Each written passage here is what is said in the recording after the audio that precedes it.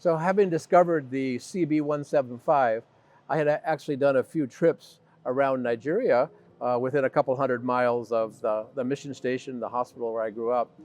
I was very intrigued of, hey, what's the possibility of actually going back to Canada, where I needed to go to college now, by crossing the Sahara. Yeah, the things you do at 20 years old. Over my lifetime, I've been a real motorcycle fan, shall you say, and had quite a few different bikes, and always come back to Honda. As the time approached for the next Oshkosh air show, I then said, well, why not go on a motorcycle? I have a 2025 Africa Twin, which is one of my dream motorcycles, and knowing that HondaJet is at Oshkosh and that I've really been very loyal and excited about the Honda brand all my life, I said, you know, this could just be perfect. So really excited for this 5-day motorcycle trip from Fort Lauderdale to Oshkosh. My name is Don Campion, and I'm co-founded of Banyan Air Service at Fort Lauderdale Executive Airport. Banyan Air Service is a authorized sales representative for the HondaJet that we've been doing so for the last 14 years. I was born and raised in Nigeria to medical missionary parents. Growing up on that mission station, we would actually go to boarding school by small little airplanes. They would land on the grass runway and take us off to boarding school. Well, that boarding school was just outside of a large city. Well, in that city, I saw these more fancy motorcycles, shall you say, and one of the ones that really caught my eye was the Honda Super Cub 90. I was fortunate enough to put my pennies together as a 15-year-old and purchase a Honda 90. When I bought that Honda 90, there was absolutely no comparison. It was just like magic. For the last couple days, I've been really preparing for the long 1,500-mile trip from Fort Lauderdale to Oshkosh. Took off this morning and came up I-95, and I wanted to just stop at St. Augustine to say hi to the guys at the shop here.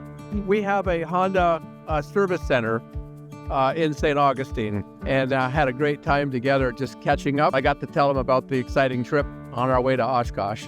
I'm heading up to Valdosta, so that's going to make it just after 6 o'clock tonight. Get some good sleep and then hit the road hard tomorrow.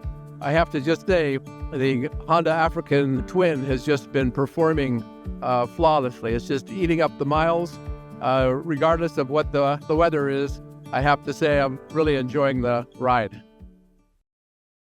At the age of 18 is when I decided that I wanted to pursue a career in aviation. When I saw how dynamic and impactful aviation could be, that's really what attracted me to the industry.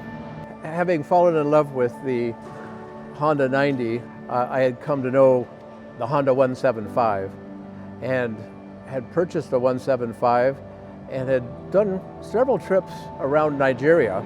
But when I finished grade 12, there was a humanitarian organization called World Vision in the country of Niger, and they had a USAID contract in delivering grain up into the Sahara Desert due to horrible famines that had taken place. And doing that for the better part of 6 months, I was very intrigued of, hey, what's the possibility of actually going back to Canada, where I needed to go to college now, by crossing the Sahara. Well, I knew my motorcycle so well. I had had no issues with it in all the trips that I had taken, so I felt 100% confidence. I started off from Niger and went right up across the desert. The roadway was actually a 55-gallon drum every 5 kilometers. If there was a windstorm, many of those tracks would be covered over. So you really paid attention to where that next barrel was. And when I had a windstorm, I just had to stay by my bike, almost like you're in a blizzard. You don't dare continue to move, nor do you leave your bike. The other challenge was, though, the mirages were so intense that sometimes it would look like a forest or a mountain ahead of you. So I have to say there was times where I truly wondered if I had made the right decision.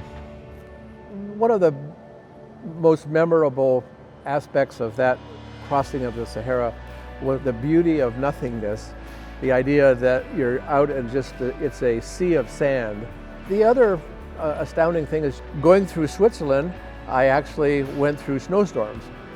So from 125, 130 degrees in the desert to snowstorms. But I persevered through that, got up to Calais, France, through Europe, and then crossed over to Dover in England and sold the bike, and then flew home to start my aviation school. The things you do at 20 years old. It's completely opposite yesterday. Yesterday was 2.5, 3 hours of rain, and today it's blue sky, but about 94 degrees. Just motoring along on Highway 75 into Macon, and then through Atlanta into Tennessee, and then going on to Lexington, Kentucky. Motorcycling is, in many ways, kind of like flying, especially when you're just cruising along on the highway, enjoying nature, the differences between one location to the next. And it's kind of the same when you're flying on a crystal clear day at 40,000 feet. It just has that great vibe that puts you in a really reflective mood, shall you say. Having enrolled in aviation school in Seneca College in Toronto, I noticed that a lot of the college kids had little Honda Civics. So I started looking for old ones for sale so that I could actually fix them up and sell them to college kids. That's how I actually paid my way through college, was rebuilding Honda Civics while I was enjoying my own. But I used to take my vacations in South Florida. I would drive my Honda Civic down to the Fort Lauderdale area here, and I noticed there was more aviation between West Palm Beach and Miami than I think there is in all of Canada. But I said, wow, as soon as I finish school, I'm moving down to Fort Lauderdale to just submerge myself into aviation. So sure enough, as soon as I finished college, I moved down, and I noticed that there was small charter operators that were struggling with maintenance. To have a full-time technician that met the standards for the FAA was just too expensive. And I asked the company I was flying with, well, what if I got the approval from the FAA to do your maintenance? And they said, oh, we got nothing to lose, go ahead. So I rented a hangar here at Executive, big enough for 4 airplanes, and I rented out 3 spots and used the 1 spot to do maintenance, and then it grew. I needed the 2, the 3, the 4, and that was the beginning of Banyan in 1979. Yeah, here we are in day 3, and I have to say, day 3 feels just as good as day 1. It was really great up to Lexington, and then when I got to Cincinnati, it started to really downpour. I just came out of it. I'm just a little bit south of Dayton, about 45 minutes away from Marysville.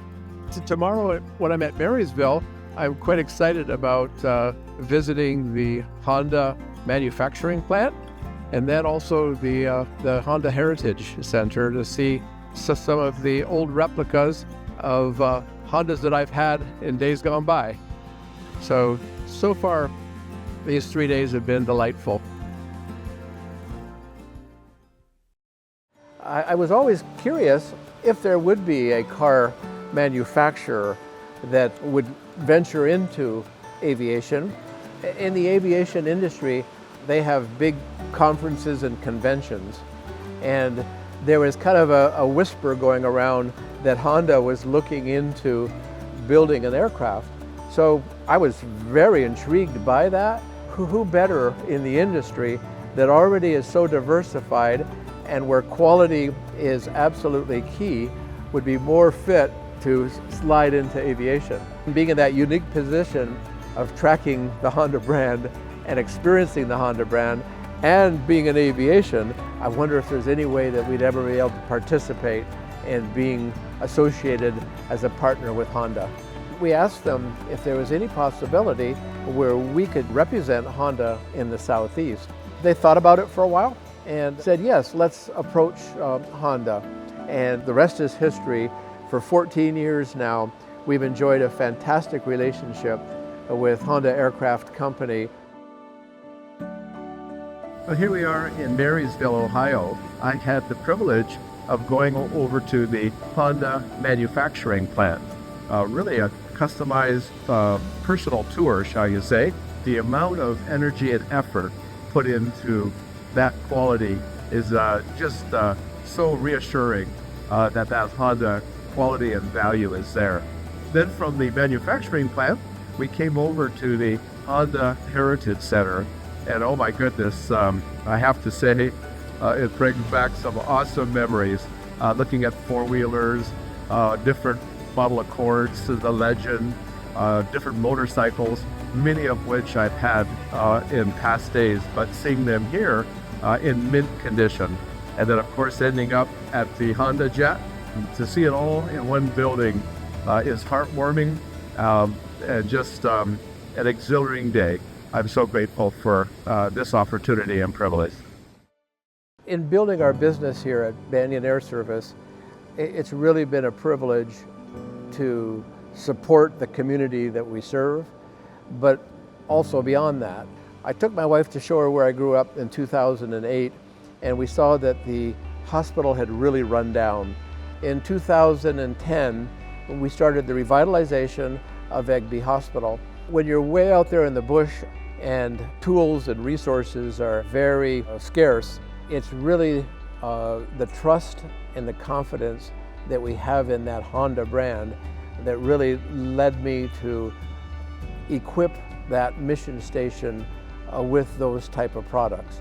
And it's paid off. We've been doing that now for 14 years, and I really feel that in many ways that's also a part of Honda's philosophy. It's above and beyond just doing the expected. It's going one step further. And I think what we're doing in Nigeria is exactly like that, and in alignment with the Honda values as well. So I just want to encourage anybody that has kind of followed my Honda Banyan story. You too can be passionate about something that can take you to new levels. Just do it with all your might, lots of passion, and trust in teamwork. I've arrived at Oshkosh, bright sunshine, really thrilled to be here in my Honda Africa Twin with my buddy the whole way. I have to say, what an absolute machine. Anyway, glad to be at Oshkosh.